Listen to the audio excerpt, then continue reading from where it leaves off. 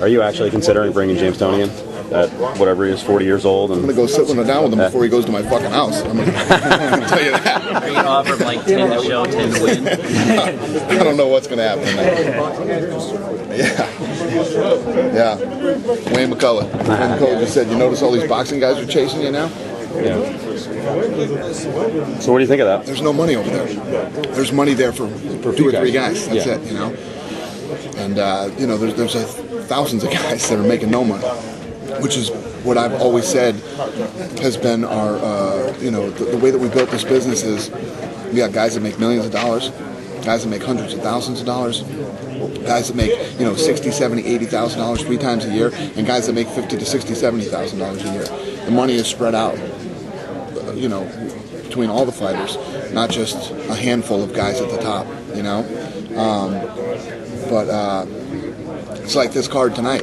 This card tonight shouldn't happen. Why? These guys all needed to get paid and make money. These guys all have to make a living too. It sounds like thus far with like the limited amount of casting, bringing people in. It seems like wrestling is more the prerequisite of boxing. No doubt about it. Would you?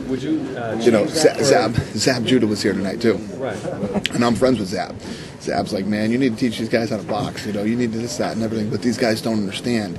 It's different boxing. I learned you don't balance your weight the same way you balance your weight in boxing. You'll get that front leg kicked off into the 8th row somewhere if you distribute your weight like they do in boxing.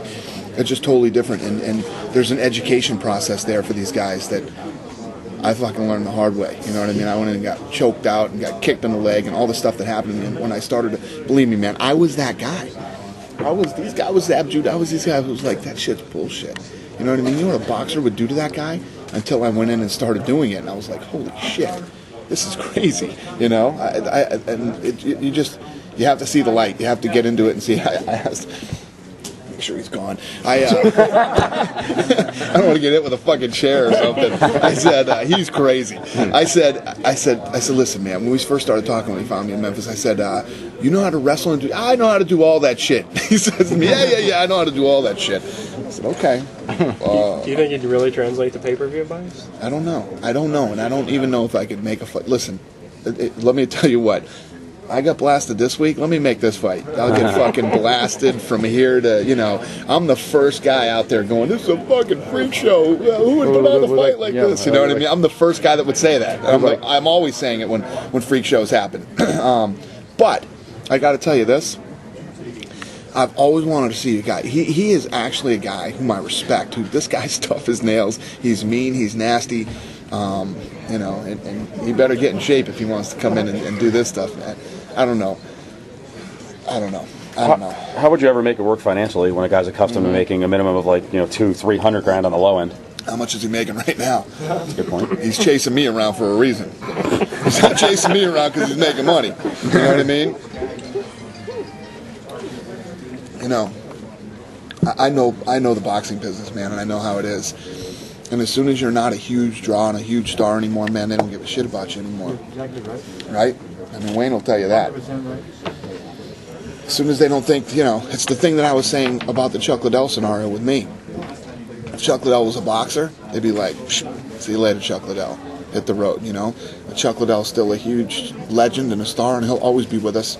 I don't give a shit if I'm talking him out of fighting. I'm trying to make him not fight, And that's the different business that we're building now. I came from that world, and it's an ugly world, man. Some of you guys were in boxing, and most of you weren't. I'm telling you right now, it's an ugly, nasty business, man. And I don't ever want to see this business go there. For Chuck, do you think it's going to be just one fight and that'll be it, or do you think that? Where's his head at? I think me and him are going to. The thing that everybody loves about Chuck Liddell is he's a fighter, man. That guy loves to fight. And when you're walking out in that arena and 16,000 people are going crazy, yelling your name and shit, it's hard to walk away from. I get it, but he doesn't have to do it anymore. He doesn't. He's made a lot of money, and I'll pay him more money to fucking not fight. He can come in and be the director of fun or something. I don't know. I'll give him a fucking job that he doesn't have to fight. I love him. I respect him. I think he helped us build this business. He's been an incredibly loyal guy to me, an incredible friend to me, and he doesn't have to fight anymore, man. I respect him for wanting to, but don't want him to.